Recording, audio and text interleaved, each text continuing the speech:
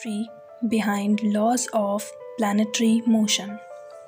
Roman Catholic Church believed that the earth is stationary and the whole stellar objects revolving around the sun. But Copernicus was very clever and intelligent, and he thought that perhaps church may be wrong, and after many observations he reached to the conclusion that the sun is at the mid and all the stellar objects revolving around the sun. Galileo Galilei was the first scientist who used telescope to observe our solar system. So in a sense, he experimentally verified the theory which Nicholas Copernicus came up with, that it's not the earth which sits at the center of the solar system, but it is the sun which sits at the center of the solar system. We probably all know the story that Galileo Galilei was under immense pressure from the church, and after few years he was confined in his house, arrest almost. He also suffered in time in jail. So he was under pressure to change his statement, and at last he had to give up and he died. But after 100 years of Galileo's death, it was the first time when Roman Catholic Church officially agreed that okay, Galileo was under pressure to change his statement. In 1992, Pope John Paul II officially expressed that he condemned the move what church made in order to stop Galileo from punishing his results, and Pope Benedict II in 2016 he declared Galileo was right, or he accepted Galileo's contribution. At the same time, there were two other very famous astronomers of their time. One is Danish gentleman named Tycho Brahe, who was last of the naked eye astronomers.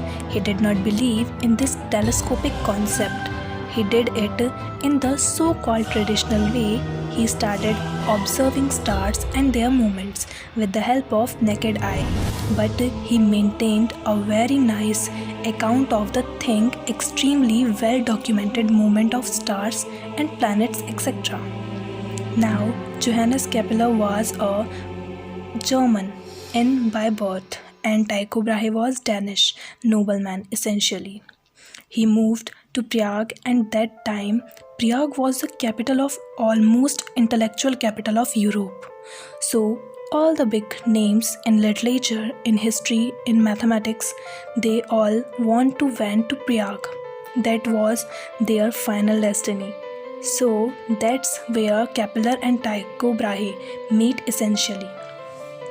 So Tycho Brahe had his own observatory from some distance, which was set up at some distance from Prague, and Kepler went there as an apprentice to work with it.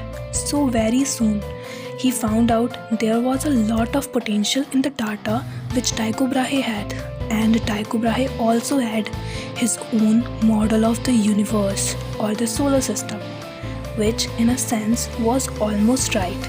He said, okay, sun remains at the center of solar system with all other planets revolving around the sun, but earth stays outside, and the whole things move around the earth. So once again, he would not want to go directly against the church, but what he did was, he was trying to make a bridge between philosophy and science, or religion or science, without antagonizing both of these sides.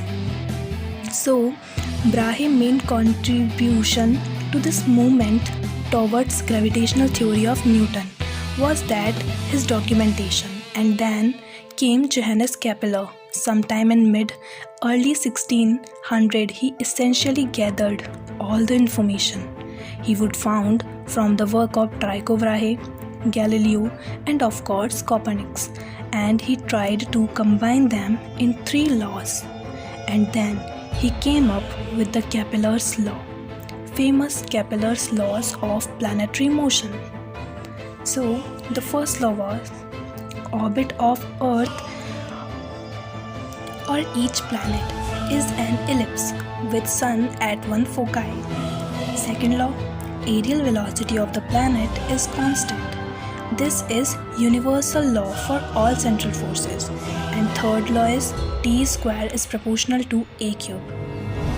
Here T stands for time period and A stands for semi-major axis length.